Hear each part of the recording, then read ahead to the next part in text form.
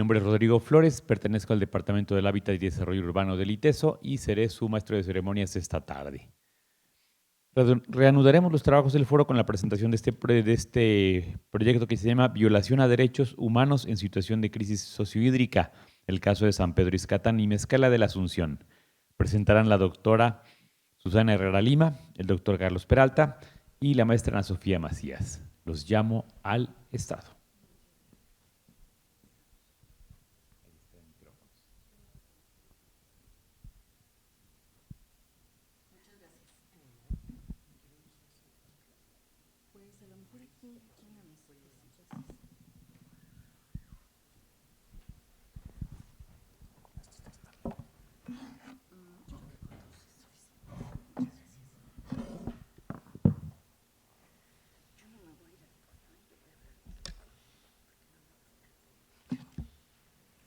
Bueno, pues muy buenas tardes a todos. Muchas gracias por estar aquí. Espero que hayan alcanzado a ver una parte del documental o probablemente todo. Ese documental, como les dije hace unos minutos, es parte del trabajo de este proyecto que ahora les vamos a presentar.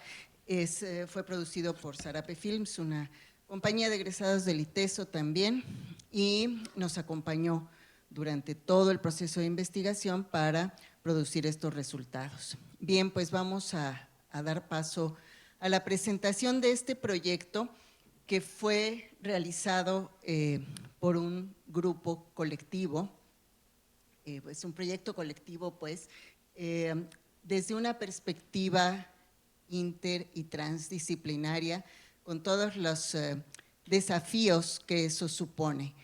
La siguiente, por favor.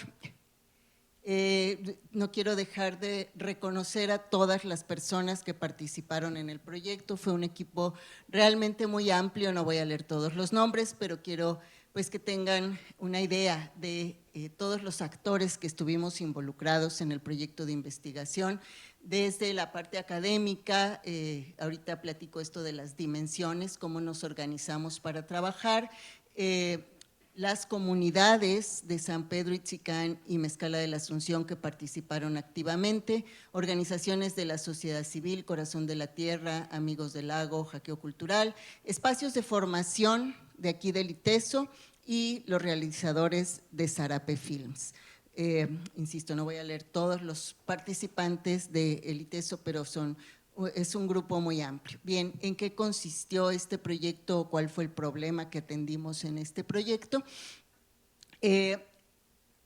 Fundamentalmente se trató de abordar un problema sumamente complejo y en el que identificamos múltiples factores convergiendo, que tiene que ver con problemas de salud graves en las comunidades, en algunas comunidades que habitan en las márgenes del lago de Chapala y, digamos, problemas graves de salud, sobre todo insuficiencia renal, como lo pudieron ver en el documental, y buscábamos la relación o intentamos encontrar la relación de estas enfermedades con la contaminación del lago de Chapala, con la contaminación de las fuentes en general del agua que consumen y buscar otros factores, ¿sí? Nos quedaba claro que se trataba de un problema muy complejo y que no era solamente una relación causal, digamos, lineal. Entonces, lo que nos propusimos como objetivo fue dos cosas.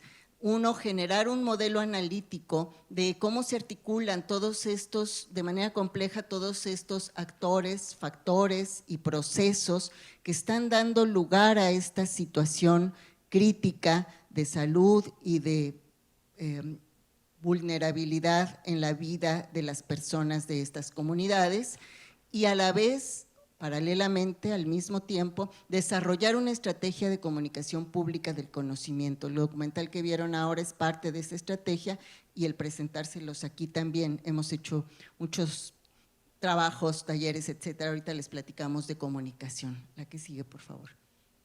Bien, ¿cómo surge esto? En varios momentos de las presentaciones desde la mañana hemos mencionado el Tribunal Latinoamericano del Agua y nuestra participación en ese tribunal.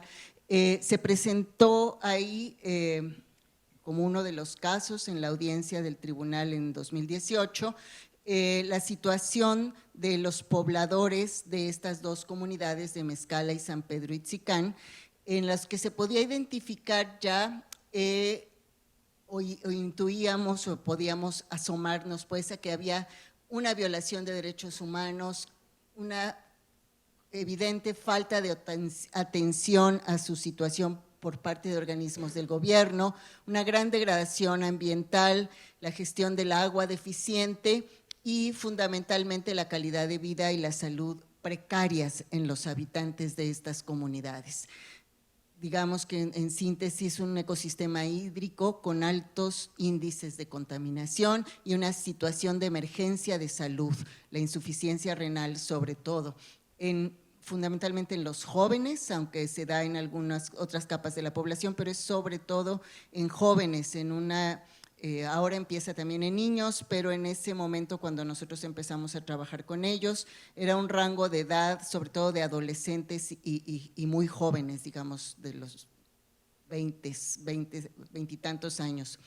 La población es una población de indígenas, Coca, en las dos localidades y bueno, se acercaron realmente ellos a académicos de aquí del ITESO para plantear su situación y fue que en el marco del Tribunal Latinoamericano del Agua se preparó su caso para presentarlo ante la audiencia y se empezó a integrar este equipo de trabajo colectivo en el que empezamos a participar académicos de diferentes disciplinas de aquí del ITESO para preparar la audiencia, el caso en la audiencia y presentarlo.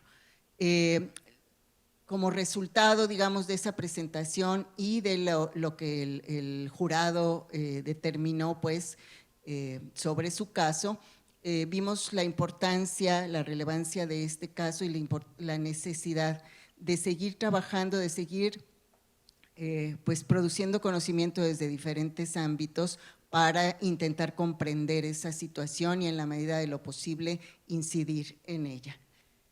Entonces nos organizamos los académicos, que insisto, trabajamos junto con las comunidades y junto con organizaciones de la sociedad civil, en 3 dimensiones de trabajo. Nos interesaba no fragmentar disciplinariamente, sino atender las dimensiones que íbamos identificando del problema, es decir, siempre estuvo en el centro el problema que empezamos a denominar crisis sociohídrica. No sabíamos todavía de qué se iba a tratar esta crisis sociohídrica, es decir, cuáles eran todos los factores y elementos que la iban a componer, pero la denominamos así como nuestro objeto de estudio y la fuimos configurando. Las dimensiones fueron el derecho al ambiente sano y a la salud, el derecho al conocimiento y la acción colectiva y lucha por el derecho humano al agua y al saneamiento. Entonces, bueno, los derechos están como lo que orienta y guía nuestra aproximación a esta crisis sociohídrica, la violación de estos derechos, ¿sí? Y bueno, se organizaron varias líneas específicas de trabajo dentro de estas dimensiones. De tal manera que no se habla de disciplina, sino de articulación disciplinaria en cada una de estas dimensiones y articulación entre las dimensiones. La que sigue, por favor. De manera muy esquemática, tenemos aquí, bueno, algunos de los elementos orientadores, que son la relación entre sociedad o sociedades y agua, estableciendo nosotros ya, digamos, desde la perspectiva teórica académica, una crítica a los paradigmas dominantes de relación entre la sociedad y el agua. La ecología política fue uno de los ámbitos teóricos que nos guiaron, que nos orientaron y que subyacen, digamos, a todo nuestro trabajo, donde identificamos fundamentalmente la injusticia, las violencias, las inequidades y las crisis ambientales como los elementos a incorporar en nuestras perspectivas teóricas y por supuesto el marco de los derechos humanos, donde identificamos la acción colectiva y la exigibilidad, como lo veremos más adelante, como uno de los elementos que guiarían, insisto, que rodean todo el trabajo. La crisis sociohídrica la construimos pues desde un trabajo interdisciplinar para la configuración del objeto. Tuvimos a lo largo de todo el desarrollo del proyecto un seminario interdisciplinario permanente en el que fuimos aprendiendo a trabajar interdisciplinariamente, aprendiendo a conversar entre disciplinas, a identificar qué es lo que nos convocaba y nos unía como interesados y preocupados por el problema, pero como expertos en diferentes áreas y ámbitos para poder definir y armar, digamos, este objeto de estudio, crisis sociohídrica. Entonces, empezamos a ver elementos y conceptos fundamentales, desde el derecho al medio ambiente, habría que hablar de la calidad del agua, el riesgo y la vulnerabilidad, desde el conocimiento y la comunicación, las situaciones comunicativas injustas, que se trabajó desde la injusticia epistémica, lo veremos un poquito más adelante. Desde la acción colectiva y el derecho humano al agua se abordaron los procesos organizativos y el agravio como uno de los conceptos fundamentales. Empezamos a señalar ahí ya algunos conceptos que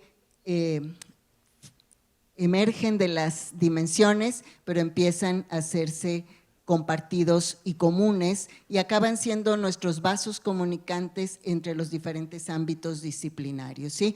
Un método que nosotros fuimos construyendo sobre nuestro trabajo fue el de identificar conceptos comunes, ¿sí? Para después dialogar y en una permanente reflexión sobre nuestro trabajo interdisciplinario, ir construyendo, insisto, el conocimiento y produciendo el conocimiento sobre esta crisis. Y por supuesto, los saberes locales, sus experiencias, sus vivencias, sus narrativas fueron parte de todo este acervo de conocimiento que fuimos incorporando. La siguiente, por favor. En este no me voy a detener mucho, pero sí quisiera que se viera la complejidad del modelo de trabajo, el seminario interdisciplinario que fue permanente, el trabajo en dimensiones que ya les comento, y el trabajo de campo y la comunicación de manera permanente interactuando, pues ven las líneas punteadas, vinculan como red a todo esto. La comunicación se hizo en muy diversos formatos, espacios, interacciones, etcétera, y se hicieron muchos productos diferentes. Y bueno, desde la perspectiva metodológica, cada una de las dimensiones se integró diferentes técnicas, pero también hubo interacción entre esas técnicas y entre los resultados del trabajo de campo de unos y otros. Empezamos en 2019 digamos, a plantear el proyecto que fue aprobado por el Fondo de Investigación del ITESO, de apoyo a la investigación del ITESO. Arrancamos en el verano de 2019 ya con el trabajo de la doctora Charlotte Smith de la Universidad de Berkeley, que aquí se encuentra con nosotros y que fue una colaboración muy importante porque fue, digamos, el punto de partida para empezar a comprender esta situación, el análisis de la calidad del agua que consumen estos habitantes en ambas localidades. En enero de 2020 hicimos nuestros instrumentos y pilotaje y estábamos listos para salir a hacer trabajo de campo en las comunidades, trabajo etnográfico, trabajo de visitas, incluso pensábamos estar en las comunidades viviendo un tiempo y la pandemia, por supuesto, se atravesó y pues nos obligó a dar un vuelco metodológico muy fuerte en todo nuestro trabajo. Ya no se pudo hacer trabajo presencial, ya no se pudo hacer la etnografía como la teníamos pensada, se pospuso el muestreo del agua sobre el lago de Chapala, en fin, tuvimos que hacer un vuelco, digamos, fuerte en toda nuestra forma de trabajo, pero bueno, desató nuestra imaginación metodológica y pudimos hacer muchas cosas muy interesantes. Trabajamos a distancia con las comunidades, con comunidades que no tienen prácticamente infraestructura tecnológica. Sofía apoyó muchísimo ese trabajo, fue para allá incluso en medio de la pandemia para poder instalar comunicación a distancia, hicimos entrevistas a distancia, aprendimos a hacer trabajo de campo a distancia, etcétera, ¿sí? Entonces, bueno, fue un reto metodológico que resolvimos de alguna manera, la reconfiguración del proyecto. En 2021 regresamos a la presencialidad y trabajamos todo 2021 y 2022 con la recuperación de la presencialidad con las comunidades, pero también pues ya con el análisis del trabajo que habíamos hecho durante 2021. La que sigue, por favor. Gina, sí, por favor. Bien, en el trabajo interdisciplinario es muy importante comentar bueno, insistir, como ya les he comentado, en que uno de los retos y desafíos que encontramos que tuvimos fue encontrar conceptos que nos articularan, ¿sí? Que aunque se trabajan de diferente manera y se definen de diferente manera en ámbitos disciplinarios, en cada una de las dimensiones diferentes, podíamos dialogar entre las dimensiones a través de esos conceptos. Esos conceptos fueron agravio, vulnerabilidad e injusticia. Son los tres conceptos que tanto la dimensión derecho al medio ambiente sano, que se trabaja desde cierta perspectiva que nos va a comentar al rato Ana Sofía, como la dimensión acción colectiva, que nos va a compartir Carlos, como la dimensión derecho al conocimiento, de las que les hablaré más adelante. Las tres dimensiones los trabajamos, los identificamos y pudimos ver que teníamos formas un poco diferentes de definir esos conceptos, de conceptualizar esto, pero que, insisto, nos permitían tener un diálogo. Estábamos muy ciertos de que los tres conceptos eran algo que nosotros desde cada una de nuestras miradas disciplinarias podíamos integrar al diálogo interdisciplinario. Entonces, bueno, tuvimos, insisto, un seminario permanente interdisciplinario con interesantísimas discusiones, puestas de acuerdo, conclusiones y demás, para poder ir configurando el trabajo y el método de aproximación. La que sigue, por favor. Bien. Lo que queremos compartir ahora con ustedes es cómo, como bien vimos en el modelo de trabajo, tuvimos este seminario interdisciplinario todo el tiempo, pero cada una de las dimensiones tenía su propia aproximación a esta crisis sociohídrica para ir produciendo el conocimiento necesario, ¿sí? Y iba trabajando en las dimensiones para después tener reuniones y compartir pues, los resultados del trabajo, las vicisitudes, los obstáculos y demás. Este fue un trabajo, insisto, permanente durante casi 3 años y a fin de cuentas, bueno, cada uno de nosotros les irá comentando lo que hicimos, lo que planteamos, a dónde llegamos y al final haré un cierre respecto a lo que concluimos o estos proyectos, como se pueden imaginar, nunca terminan, pero en qué momento nos encontramos, cómo hicimos ya un cierre pues, de lo que nos habíamos planteado y las perspectivas hacia dónde podríamos ir. Entonces, pues adelante, Carlos, por favor. ¿Quieres pasarte para acá? Bueno, sí.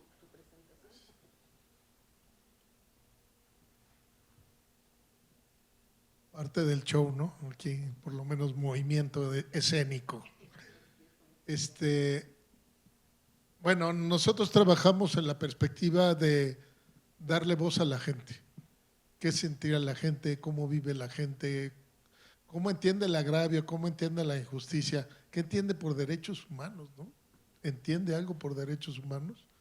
En ese tenor, pues nuestro enfoque fue pues cómo la gente está viviendo la problemática, ¿no? La que sigue, por favor. Porque obviamente ellos están sufriendo una serie de situaciones, violaciones a los derechos humanos, pero cómo eso lo sacan o lo interpretan en una acción colectiva era algo muy, muy complicado de entender, ¿no? Valga decir que cuando estábamos elaborando lo de los testimonios para el caso ante el Tribunal Latinoamericano del Agua, una vez convocamos a la gente que estaba enferma del riñón para tomar algunas tomas de testimonios, ¿no? Llegamos con 3 cámaras y demás, llegaron, no sé, 100, 120 gentes, se nos acabaron todas las memorias y tuvimos que hacer entrevistas grupales porque hay una necesidad y una situación muy complicada, muy conflictiva, ¿no? Cuando se hacía lo de las muestras de agua, pues la gente abría las puertas para que se tomara la muestra de agua, no siempre tan fácil, porque sabía que algo estaba pasando y quería saber qué, pero no tiene mucha información y bueno, es muy difícil también para ellos ubicarse en eso, ¿no? ¿Qué puedes hacer? Porque es el agua que llega a tu casa o es el agua de los garrafones y demás, ¿no? Valga comentar que en San Pedro Itzicán solo le llega el agua a la mitad de la población, el agua entubada, ¿no? A la otra mitad le llega por pipas, ¿no? Como puede verse, aunque son dos poblaciones muy similares en términos de historia, y están separadas por 5 kilómetros, y hay una pequeña carreterita y las dos están pegadas, hay unas lógicas de pobreza diferenciadas y de vulnerabilidad entre ellas mismas, ¿no? Tan solo se puede observar ahí que las viviendas que disponen drenaje en San Pedro Itzicán en relación a la de Mezcala, pues digamos, claro, o sea, las dos están mal, pero pues también teniendo en cuenta el número de viviendas, pues es significativo lo que está pasando ahí, ¿no? Pues ya tener o no tener drenaje aquí en la zona urbana, pues ya hablaría mucho, ¿no? Pues están a 45 minutos, una hora de aquí de Guadalajara, ¿no? Y nos encontramos estas situaciones de diferencia pues muy relevantes, ¿no?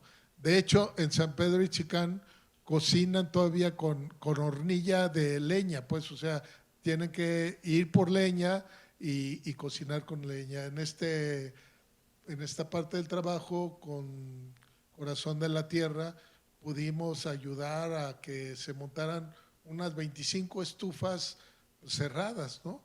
Pero había más de 100 o 120 familias que cocinan todavía con leña, muchas de ellas, ¿no? Y eso, pues estamos muy cerquita, ¿no? La que sigue, por favor.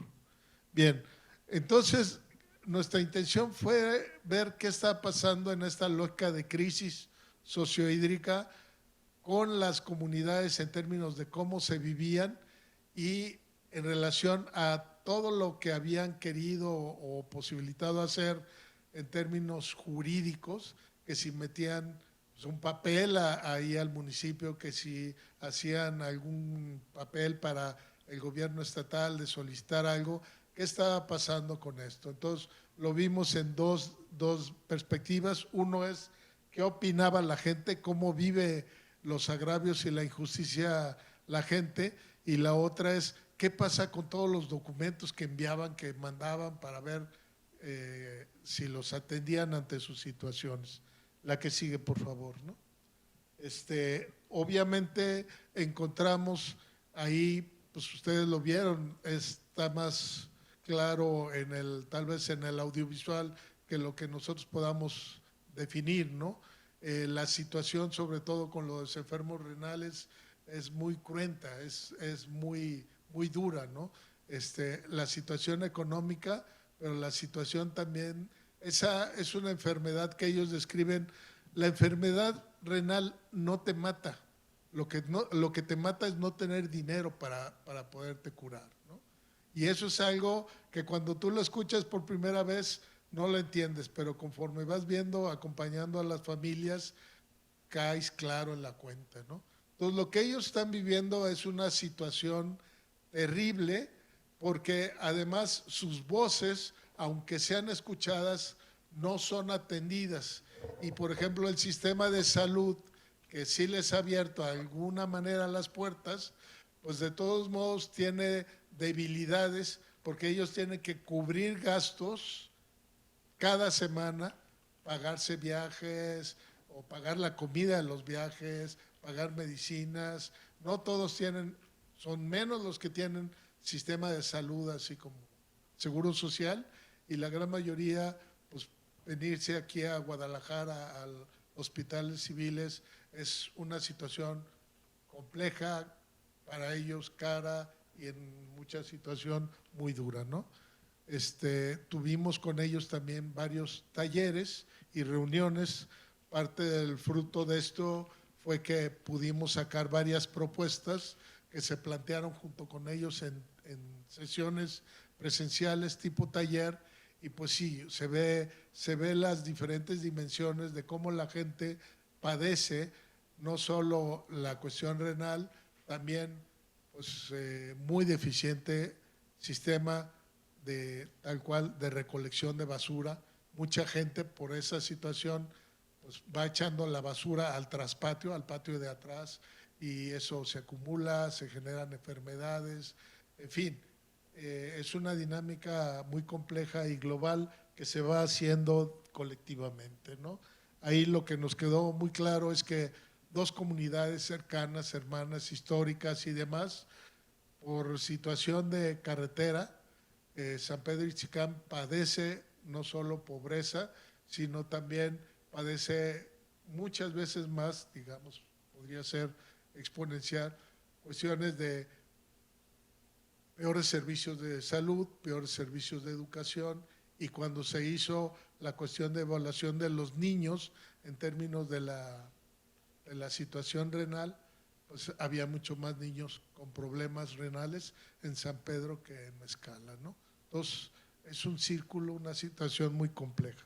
Hay situaciones que tienen que ver con su ser también, cultural, ustedes lo vieron, obviamente los pescadores nunca van a decir que el pescado está mal, es su medio de vida, y nunca van a decir que el agua está mal, pero sin embargo, pues aún con agua y demás, el lago tiene contaminaciones, ¿no? En fin, situaciones muy complejas, y bueno, lo que a nosotros nos llamó más la atención es la cuestión organizativa, ¿no? Creemos que en buena medida Mezcala está en mejor situación, inclusive con lo del agua. Es impresionante que en Mezcala tienen 3 pozos y 2 tanques en los cerros, y en San Pedro, una población muy similar, tienen un pozo que es solamente de agua termal y solo un tanque que solo puede abastecer a una parte de la población, ¿no? 5 kilómetros de diferencia y un mundo de diferencia en términos de vulnerabilidad, ¿no? Entonces, todo eso lo fuimos plasmando, y la última, por favor, de lo que me toca, no voy a resumir, realmente es muy compleja la situación, y lo que nosotros queríamos era darle voz a la gente. Lo que nos queda muy claro es que hay una serie de perspectivas sobre la vulnerabilidad, la injusticia, cómo hacer frente a un problema ambiental cuando no sabes quién es el que está contaminando, cómo hacerle frente a un problema ambiental cuando, pues, digamos, el municipio dice que sí te va a ayudar con el pozo y el pozo se derrumba y no hay agua al fin y al cabo, ¿no? Entonces, hay una serie de situaciones que digamos, conforman una problemática amplia y compleja que al fin y al cabo, claro, redunda en agravios sobre la población y que va generando pues cada vez condiciones de más vulnerabilidad y demás, ¿no? Y bueno, claro que buscamos seguir acompañando a la comunidad. Ahorita todavía hay proyectos que se están dando allá en estos momentos con otros actores. Arquitectura está yendo, pero creemos que es algo que obviamente incluso nos rebasa como universidad para ir atendiendo, pero donde debe hacerse algo al respecto, ¿no? Bueno, yo lo dejo ahí. Muchas gracias, Carlos. Entonces, como les decía, esta fue el trabajo desde la perspectiva de una de las dimensiones que se fue integrando y tejiendo con las otras perspectivas, con las otras dimensiones, y ahora Ana Sofía va a exponernos lo que se trabajó desde la dimensión derecho al medio ambiente sano. Gracias, Susi. Bueno, me va a tocar exponerles lo que trabajamos con investigadores del Departamento de Procesos Tecnológicos e Industriales, particularmente ingenieros ambientales. Estuvimos trabajando con el marco conceptual del riesgo. Gracias, Gina. Bueno, esta parte conceptual fue para poder tener una aproximación a lo que estábamos haciendo. No es que hayamos definido el riesgo como tal, eso es sumamente complejo, eso es sumamente, bueno, rebasaba los alcances de la investigación, pero utilizamos este marco para tener sentido y darle sentido a los datos que estuvimos analizando. En ese sentido, el riesgo se define por la exposición, el peligro y la vulnerabilidad. Como bien mencionó Susana hace unos momentos, el concepto de vulnerabilidad fue lo que nos vinculó en la parte interdisciplinaria con las otras dimensiones, como Carlos también lo acaba de presentar. ¿Me ayudas, Gina, porfis? No sé si… En la parte de la exposición estuvimos investigando particularmente cuál era la relación de las poblaciones con el lago de Chapala. Esto también para darle seguimiento a lo que estuvimos trabajando desde el Tribunal Latinoamericano del Agua, que en esa denuncia, en el 2018, se presentó un análisis estadístico descriptivo sobre una base de datos de calidad del agua del lago de Chapala. La parte de peligro es precisamente ese análisis y bueno, ¿cómo se conjugan estos tres componentes? Es que el riesgo existe si existe exposición, peligro y vulnerabilidad. En ese sentido, como pues, es una multiplicación, si no existe exposición, aunque exista peligro y vulnerabilidad, no hay riesgo. Si existe exposición, pero no hay peligro, es decir, el lago es un lago sano, y aunque haya vulnerabilidad, pues no hay riesgo. Y finalmente, pues si la gente, o sea, si no hay vulnerabilidad, aunque exista exposición y peligro, no hay riesgo.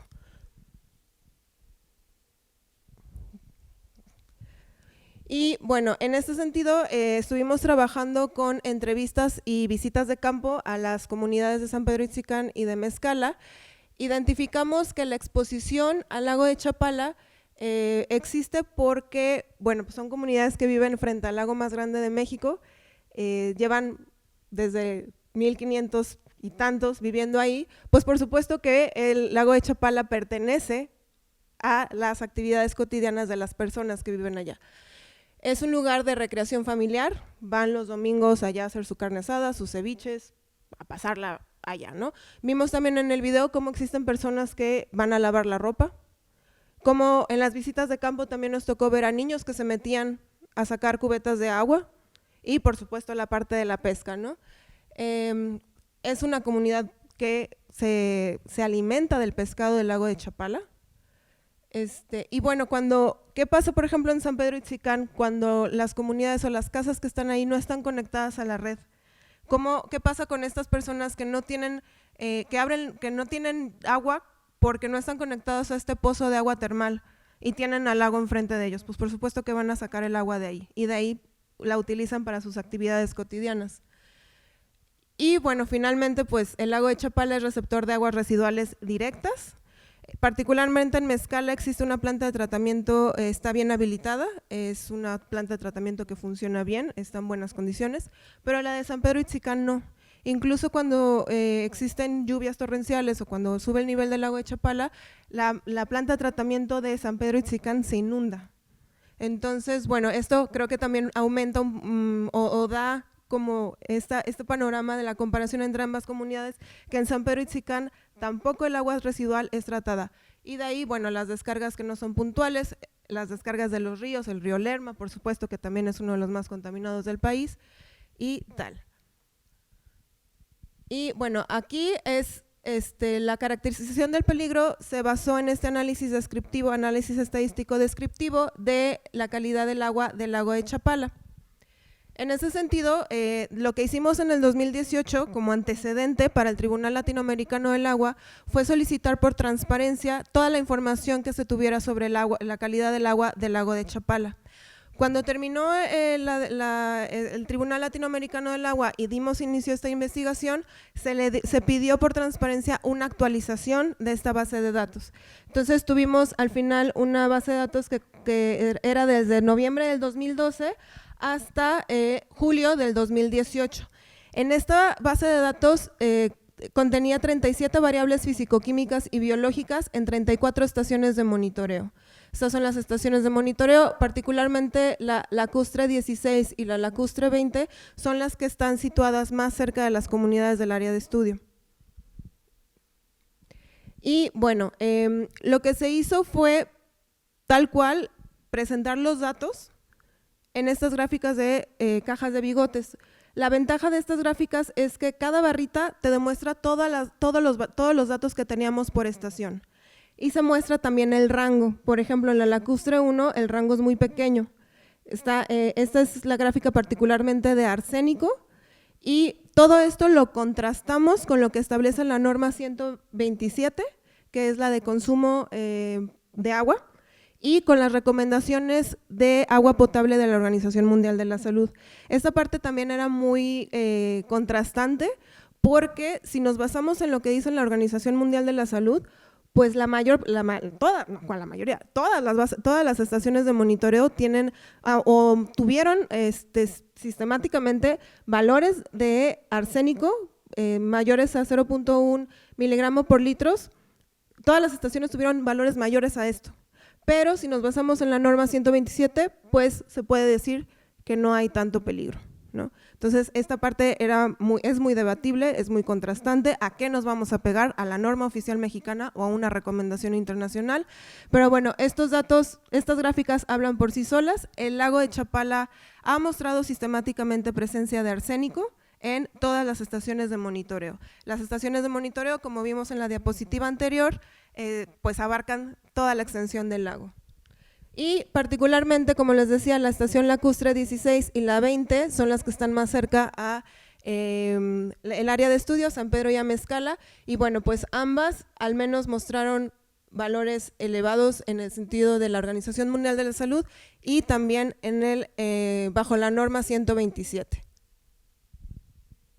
Después, bueno, de estas 37 variables fisicoquímicas, las que más resultaron importantes fueron arsénico y coliformes fecales. Las otras se descartaron porque no tenían una variabilidad estadística relevante, ¿no? Entonces se descartaron, nos enfocamos en arsénico y coliformes fecales, y en este caso, más allá de la norma, lo que hicimos fue contrastarlo con lo que la Conagua publica en el Sistema Nacional de Información del Agua como fuertemente contaminada, aceptable, buena calidad o excelente.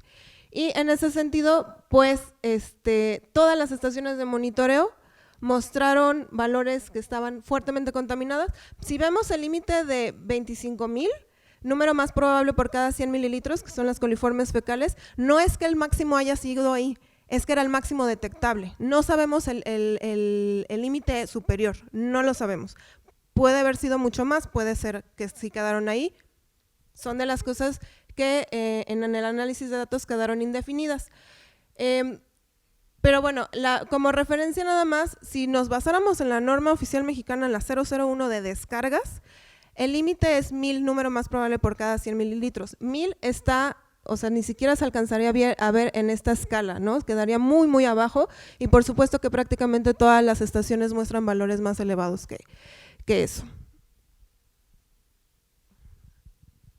Y bueno, Gina, ¿te puedes regresar poquito, por favor? Nada más aquí no hicimos el énfasis en las estaciones de monitoreo cerca del lago del área de estudio, pero es la lacustre 16 y la 20, no muestran valores tan elevados, sin embargo, pues sí están dentro de lo que se considera contaminado.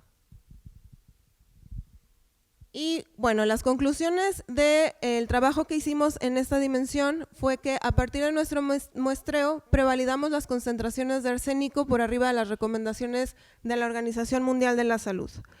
También hicimos un trabajo de campo que en este momento ya no se alcanzó a presentar, pero también nosotros hicimos un muestreo que no fue representativo, nada más fueron 2 visitas las que logramos hacer. Es una en tiempo de estiaje y una en tiempo de lluvias, y en ese muestreo de las cosas que fueron más significativas fueron diferentes puntos, fueron diferentes pozos.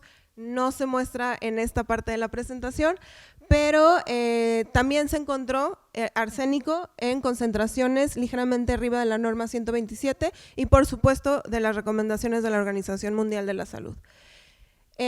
Finalmente, pues ya que el lago de Chapala es un receptor de escurrimientos agrícolas y aguas residuales, pues siendo el lago más grande de México, valdría la pena muestrar compuestos que no están en la norma, es decir, todos los compuestos orgánicos volátiles, los contaminantes emergentes, pesticidas, por supuesto, todos los antibióticos, y tal que se pueden llegar a utilizar más allá de las descargas urbanas. Y, perdón, Gina, perdón, sí. Con relación a la exposición, durante el scouting pudimos ver múltiples factores que contribuyen a la exposición, la cercanía con el lago, por supuesto, la relación de las personas con el lago, el consumo de pescado y bueno, la complejidad del sistema de provisión de agua potable. Si bien es algo que se trató de abordar, desde nuestra dimensión no nos enfocamos en el consumo de agua potable, sino en la calidad del agua de las fuentes, la calidad del agua del lago de Chapala y de algunos pozos que llegamos a mostrar ahí. Esto tiene que ver un poco con los antecedentes de las investigaciones y del trabajo que se hizo con Charlotte Smith. Y bueno, también es importante dentro de las conclusiones que si bien todavía no podemos determinar cuáles son los contaminantes, ya tenemos una aproximación clara y una exposición relevante. Es decir, podemos decir con certeza que el arsénico y las coliformes fecales están presentes en el lago de Chapala. Y finalmente, aunque no, como les digo, aunque no podamos determinar que hay riesgo, tenemos, si nos basáramos en el principio precautorio, por supuesto que esto se le debería de dar seguimiento, se le debería de dar una profundidad a de qué forma las personas de estas comunidades están expuestas realmente a todos estos contaminantes que pueden estar presentes en el lago de Chapala, y más allá de los que estudiamos nosotros, que fueron los que la Conagua nos dio, pues también identificar cuáles otros están presentes que no pudimos analizar. Y, muchas gracias, Sofía. La siguiente, por favor. Me voy a cambiar ahora contigo de lugar para poder ver. Muchas gracias. Bien, pues siguiendo con estas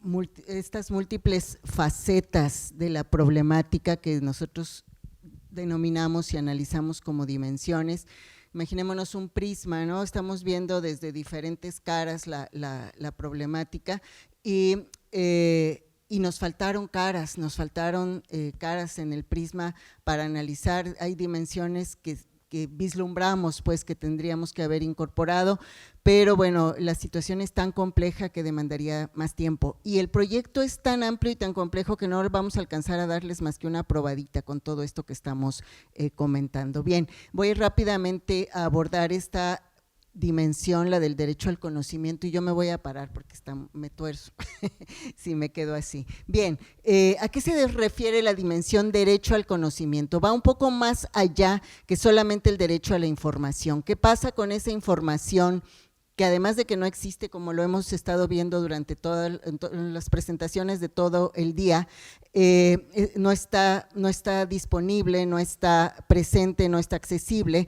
Además de eso, y además ni siquiera sabemos qué tan veraz es, ¿qué pasa con esa información cuando no hay recursos para interpretarla, cuando no se tiene la formación, la incorporación, digamos, de esas formas de interpretación de la información? Si se presentan datos estadísticos o si se presentan desde una perspectiva sumamente técnica, etcétera, o jurídica, como nos decía Carlos hace rato, ¿qué pasa con esa información? No puede convertirse en conocimientos, y entonces lo que nosotros propugnamos es un derecho al conocimiento, es decir, que haya una posibilidad de que esa información tenga sentido, significado y utilidad para las personas afectadas por las comunidades, y además que el conocimiento propio de las comunidades forme parte del acervo, ¿sí?, con el que se construye sentido, con el que se produce más conocimiento y se comprende la situación, ¿sí? Este conocimiento que, bueno, hemos visto representado en algunas partes de los pueblos no está incorporado a este acervo. La que sigue, por favor. Nosotros, desde esta dimensión derecho al conocimiento, abordamos el problema desde lo que llamamos violencias e injusticias epistémicas, que son marcos teóricos desarrollados desde hace tiempo por diferentes autores, en particular Miranda Fricker. ¿Y a qué se refiere? A la producción y destrucción, no solamente producción, apropiación y difusión de conocimiento en condiciones desiguales e inequitativas. Es decir, No todo el conocimiento que se produce tiene el mismo valor, no todos tienen acceso y derecho a colocar su conocimiento, no todo el conocimiento que se produce se toma en cuenta y es legítimo en ciertas condiciones, ¿no? Entonces hay ciertas relaciones de poder que definen, delimitan y legitiman el conocimiento que se puede producir, que se puede difundir, que se puede compartir y que realmente es el válido, ¿sí?, respecto a las circunstancias. De eso hablan las violencias y las injusticias epistémicas, es decir, de la desigualdad y de la inequidad. La que sigue, por favor. Entonces, hay dos tipos de injusticia epistémica, es decir, justicia relacionada con el conocimiento. No me voy a entretener en las definiciones, pero rápidamente diré que la injusticia testimonial se refiere a que el testimonio de ciertas personas vale más que el de otras, ¿sí? Es decir, lo vimos en las comunidades epistémicas que nosotros analizamos, los periodistas cuando van a hacer noticias sobre esta situación, que además hacen muy pocas, no entrevistan a las comunidades, entrevistan a los políticos, entrevistan a los académicos, entrevistan eventualmente a alguna de las autoridades locales, pero no entrevistan a los afectados, a las comunidades, a veces ni siquiera van a las comunidades y de eso tenemos datos. Hicimos un monitoreo de 10 años de producción de noticias sobre la situación y no encontramos que los periodistas se acercaran a las comunidades y les dieran voz. Es decir, el testimonio de estas personas no es tomado en cuenta cuando ellos son los que viven, ¿sí?, las circunstancias y no es tomado en cuenta porque no es considerado importante, relevante, válido, legítimo, ¿sí? La injusticia hermenéutica rápidamente se refiere a lo que les decía hace un rato, ¿de qué sirve la información si no hay recursos para interpretarla? Si esa información se produce en otros marcos, en otros contextos, desde otras perspectivas y las personas que la requieren no están en esos marcos de conocimiento. La que sigue, por favor.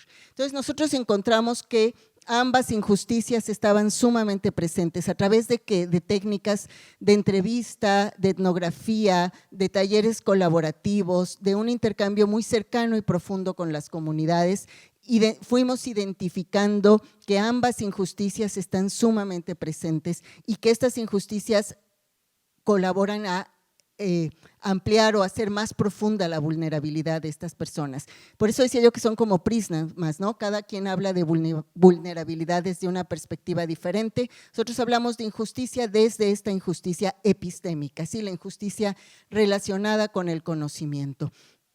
Entonces, bueno, no me detengo mucho aquí, pero estas injusticias, no reconocer el testimonio y no reconocer sus marcos de pensamiento, tiene que ver con el prejuicio identitario, ¿sí? ¿Por qué no lo reconocen? ¿Por qué no es importante su conocimiento? Porque son indígenas y porque son pobres, ¿sí? Entonces, ese es un prejuicio identitario, ¿sí?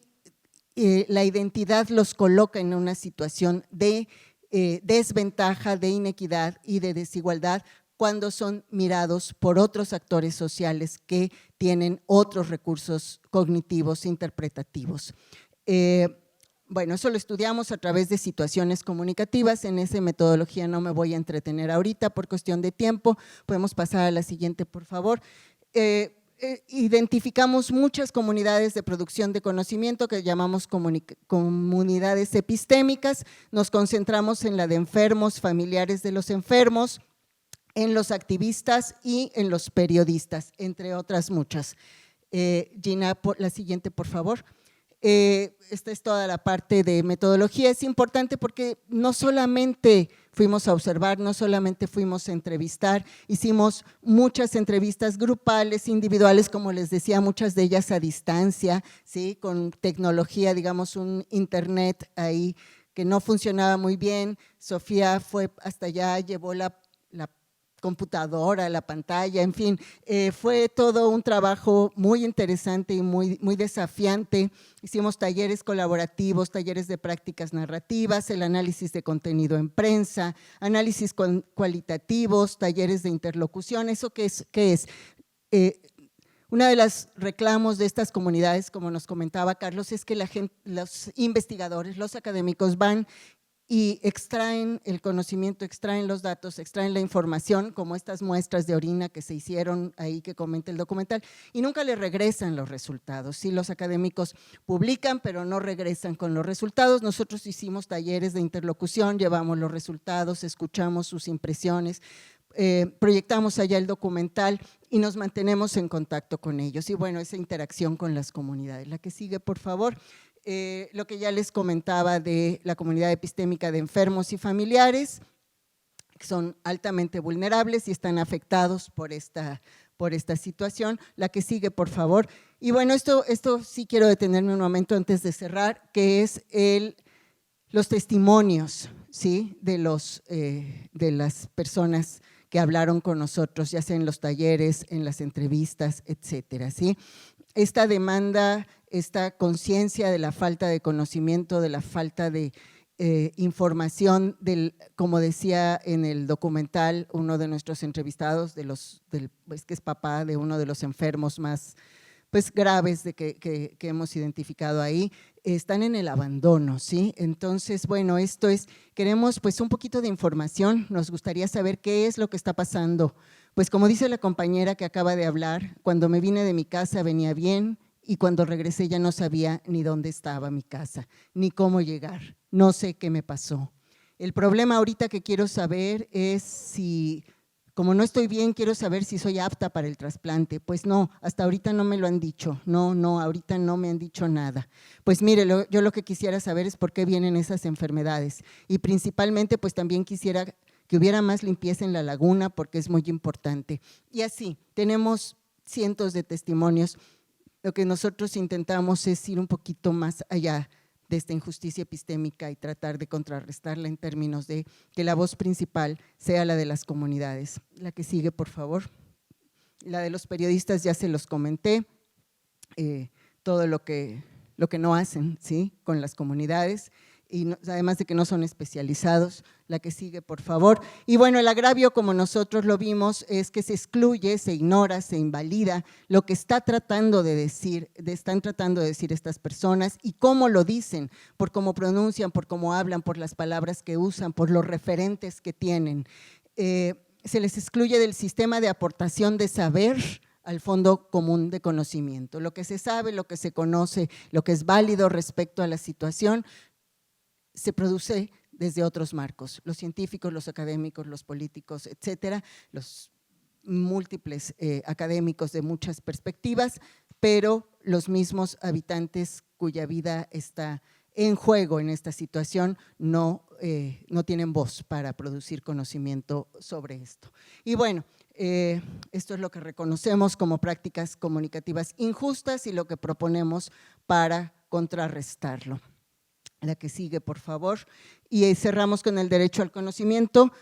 Lo que vemos aquí es que se devela una vulnerabilidad resultante de un estado de deslegitimación, como decíamos, del conocimiento y de los sujetos, un no reconocimiento y negación del conocimiento propio por ellos mismos, negación de la condición de sujetos capaces de conocer y del acceso limitado y excluyente a marcos interpretativos emanados de otros regímenes de saber, ¿sí? de los regímenes hegemónicos. Eso es lo que nosotros planteamos. Esta vulnerabilidad da pie a pensar en un derecho al conocimiento, ¿sí? Es decir, hay una violación a un derecho que debería existir, aunque no exista propiamente en las leyes, ¿sí? Aunque no esté reconocido como tal. Y esta es la otra faceta, ¿no? Hay muchas otras que deberíamos seguir trabajando y estudiando.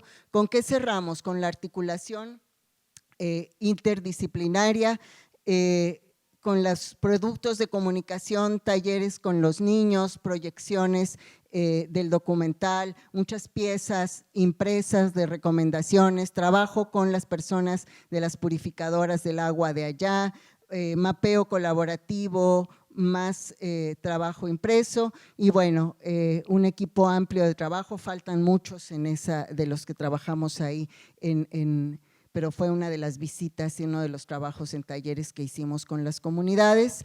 El trabajo interdisciplinario, apenitas me asomé a decirles algunas cosillas, hay mucho más que lo que les comenté. Aquí están David Rizzo y Hugo de Alba, que también colaboraron con nosotros, y ellos en el trabajo interdisciplinario hicieron un interesantísimo taller para la delimitación del área de estudio, que no era solamente delimitar las comunidades, sino pensar socialmente también en todos los procesos que estaban implicados en esta crisis para ver hasta dónde tenía que llegar nuestra área de estudio. Y muchas cosas más que estarán publicadas en un libro que ya está terminado y que se publicará, esperamos, el próximo año, con muchísimo más detalles, conclusiones amplias y profundas, recomendaciones y demás, y el tiempo se nos acabó. Muchas gracias por su atención.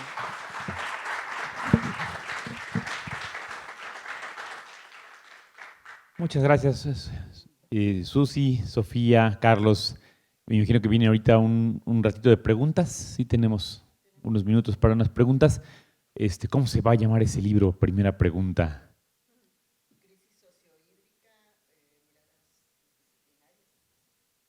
Y todo es sobre el caso de San Pedro.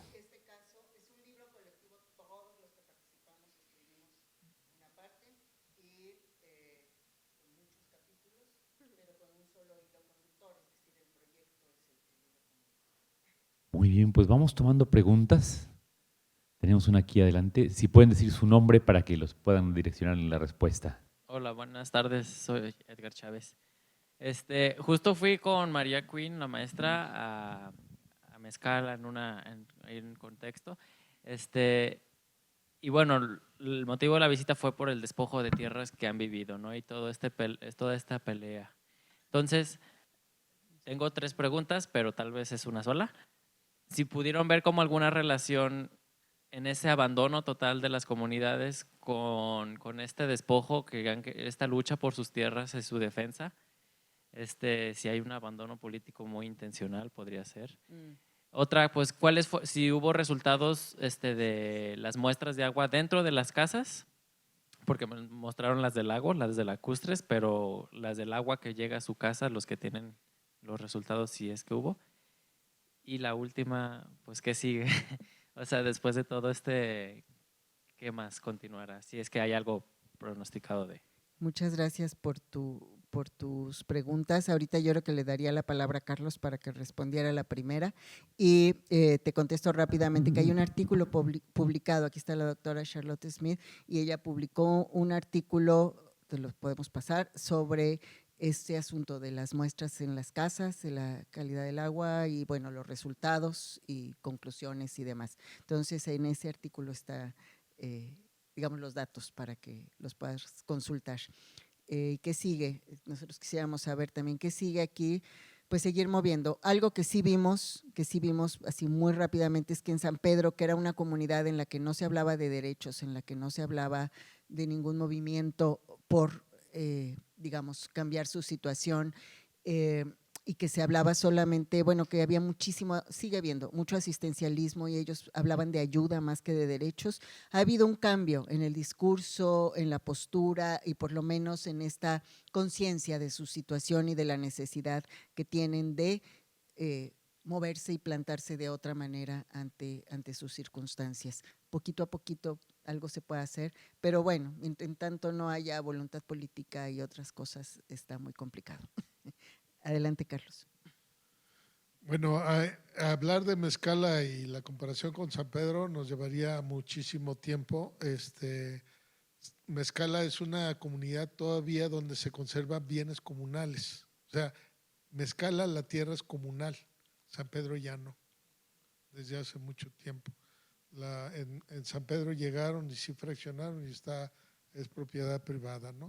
Y eso le da una característica a Mezcala de mucha labor, es muy fuerte los de bienes comunales y de hecho tienen un manual interno, una especie en Mezcala de trabajo comunitario y todo que está muy bien hecho, ¿no? Mezcala obviamente vive y tiene altos niveles de pobreza, pero en relación con San Pedro tiene altos niveles de organización, por alguna razón u otra. Y además, Mezcala tiene agua que fluye debajo de ella, tiene pozos dentro de la comunidad y le llegan agua de manantial todavía de los cerros. San Pedro no, nada. O sea, entonces hay diferencias y obviamente en ese sentido la labor de trabajo organizativo sería fundamental en San Pedro. O sea, hay que empezar a hacer una labor de reestructuración, de apoyo en barrios, y es lo que se ha venido dando en San Pedro. Ahorita ya hay estructura de trabajo más barrial y se está trabajando sobre todo con mujeres para ir generando proyectos organizativos, colaborativos y demás, ¿no? Entonces, ¿qué sigue en Mezcala? Ahorita, pues de lo que despojaron a los Ibarra, se va a hacer una universidad. Ellos quieren hacer una universidad que le llaman Universidad de la Tierra y pues va caminando en ese sentido. O sea, tienen visión, tienen predicción y hacia dónde, ¿no? Pero sí sería habría mucho de dónde cortar para ir hablando sobre las dos comunidades tan solo en un paralelismo, ¿no? Hay muchas diferencias, aunque son muy parecidas histórica, culturalmente y demás.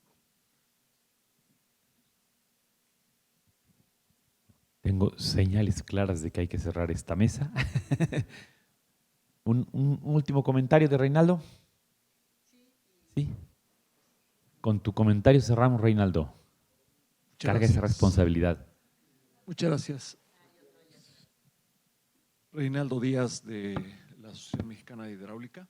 Yo quisiera mencionar que de una experiencia de un conflicto sociohídrico que se dio a principios de este milenio en el Estado de México con las comunidades más aguas vecinas de la planta de Los Berros del sistema Cutzamala. Y pues mencionaba la doctora que este tipo de conflictos son pues inacabables, ¿verdad? Y de alguna forma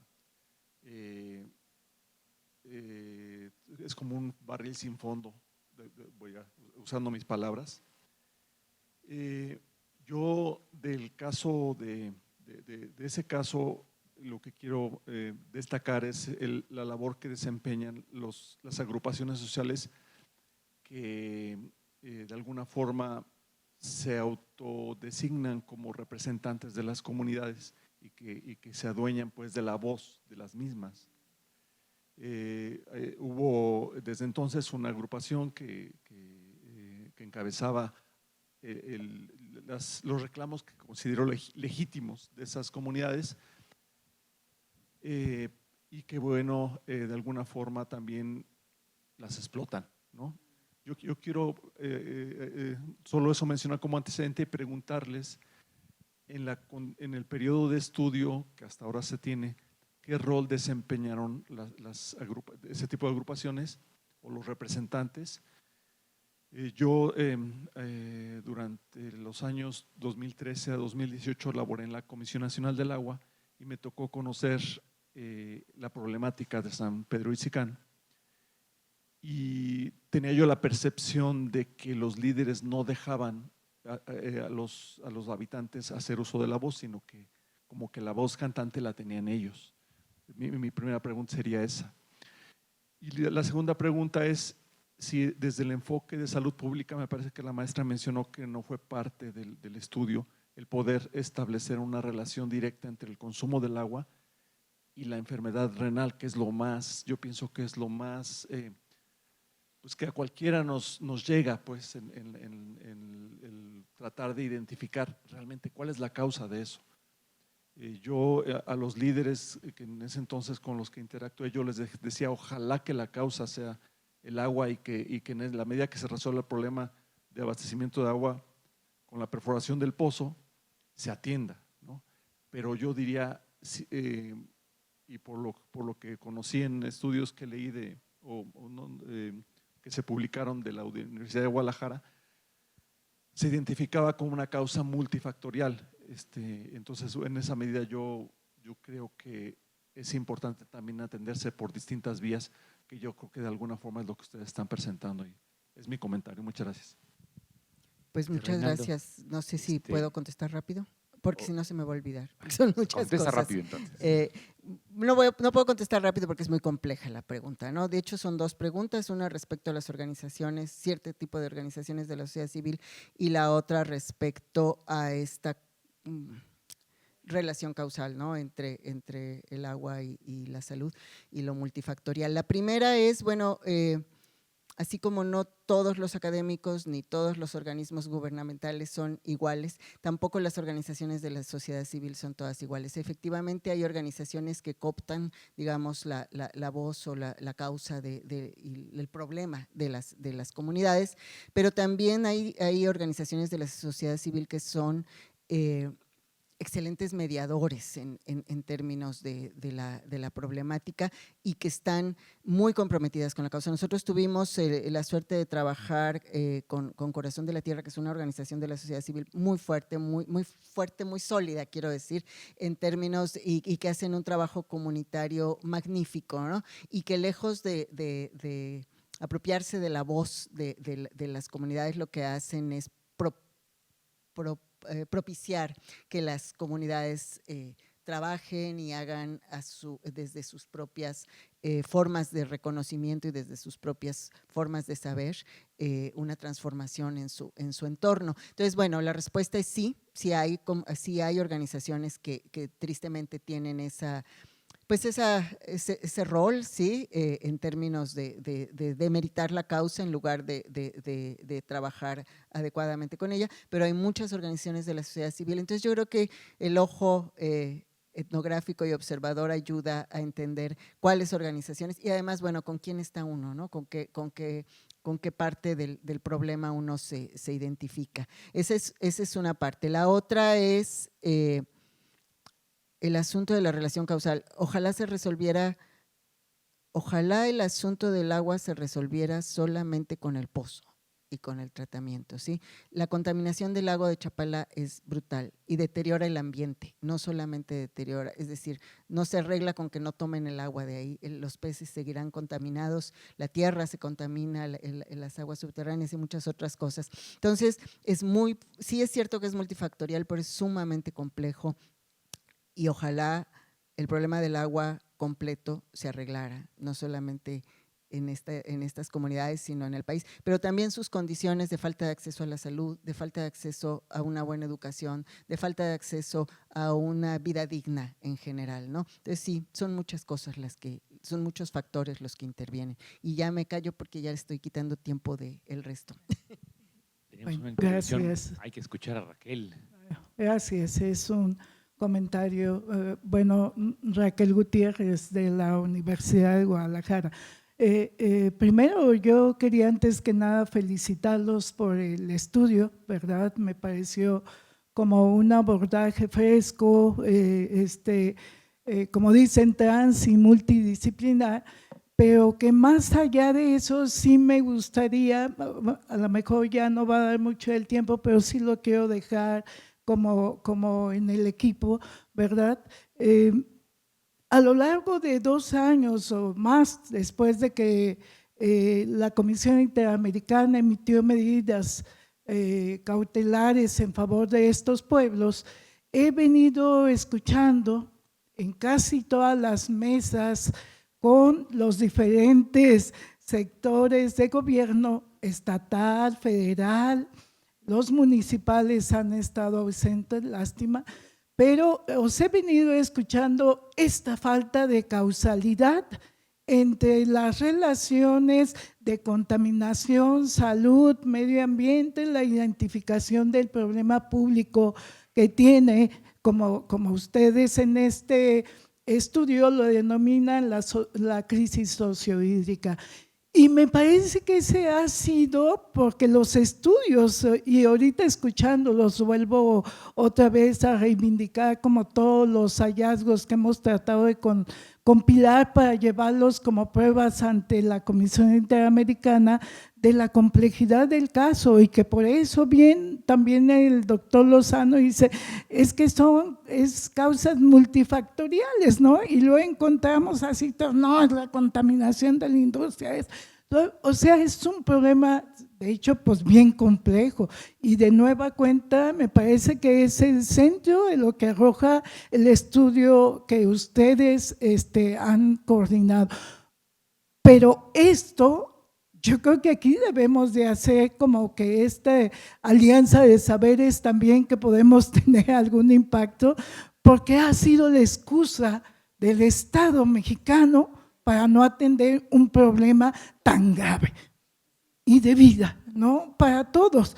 Pues si pensamos hasta en los que vivimos en Guadalajara, allí nos llega al 60% o menos ya, según mis cálculos, de agua del lago de Chapala que llega a sus casas, ¿no? Entonces, pues no estamos como lejos ni ajenos al problema. Sí me gustaría a mí como que hacer esta reflexión como con el equipo, ¿qué hacer? ¿Cómo romper como estas barreras que se ponen en cada negociación así tan fuertes y a veces usando nuestras propias investigaciones, ¿verdad? Entonces a mí me parece que aquí tenemos que construir, y ahí coincido totalmente con otro discurso desde las comunidades, porque el discurso totalmente académico, que es de nuestras fortalezas, no está teniendo ese impacto. Y debemos de volver a otros ojos y a otras palabras quizás más potentes porque lo están viviendo. Es cuanto quería comentar. Gracias. Totalmente de acuerdo. Muchísimas gracias por su comentario. La invitaremos a alguna sesión de trabajo del seminario para dialogar y ver hacia adelante qué posibilidades hay de establecer relaciones más explícitas desde otros saberes y desde otras voces para poder argumentar de mejor manera y caminar pues hacia una posible solución. Muchas gracias. Muchas gracias a Susana, Ana Sofía y Carlos por esta presentación. Vamos a pasar a la que sigue, que vamos unos minutos atrasados. Ana Sofía, no te vayas, que estás en la siguiente también. Y pedimos al doctor Mario López que se apersone. Mario López y Ana Sofía Macías nos van a presentar Semiárido en los Altos Norte de Jalisco.